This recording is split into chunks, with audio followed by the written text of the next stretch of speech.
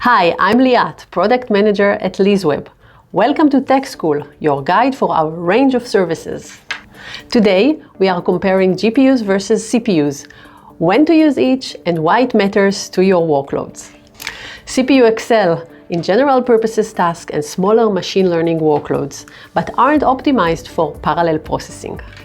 GPUs are built for parallel processing and handle AI training, deep learning, and 3D rendering with low latency. Here's how they compare. Use the CPU for running operating systems and standard applications, handling sequential tasks like web browsing and office software, database management and lower scale computations, lightweight machine learning processing. You use GPUs for AI and machine learning training and inference, scientific simulations, large-scale computations, video rendering, processing high-resolution images and videos.